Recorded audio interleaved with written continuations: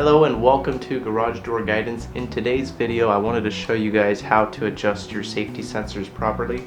This is something you would have to do if your garage door opened fine but isn't closing for you. It is really simple to fix, so I just want to show you guys how to do that. And today I've got a LiftMaster that I'm working with, as in most of my videos. The safety sensors are on both sides of the garage door, down at the bottom of the track.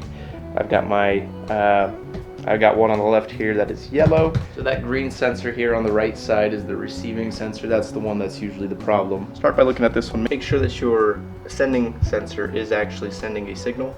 And in this case, I have a solid yellow light, so I don't have to worry about that guy too much. You also want to take note of the height here. This one is just a tad bit over my bracket. You can measure that out if you want to with the measuring tape to see exactly how far off the ground that is. And so we'll proceed to check on the receiving signal.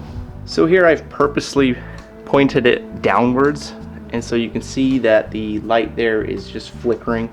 This would prevent the door from closing. You'll notice my sensor is roughly about the same height as the sending signal. So the way to adjust these guys is real simple. You can unscrew the nut here, or you can kind of just wiggle the sensor itself.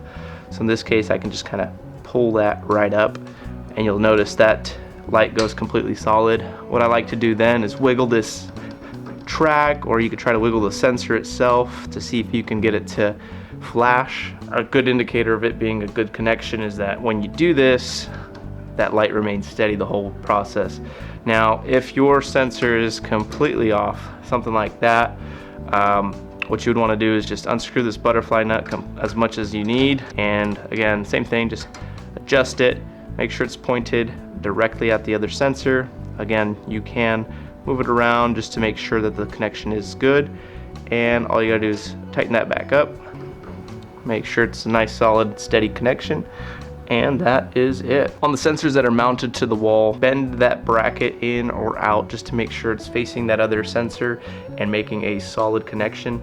No flashing, no flickering lights of any sort. You want it to be 100% solid, and that should take care of your problem. Hit that like button if this video was helpful, and for those of you that do subscribe, thank you so much. We'll see you in the next video.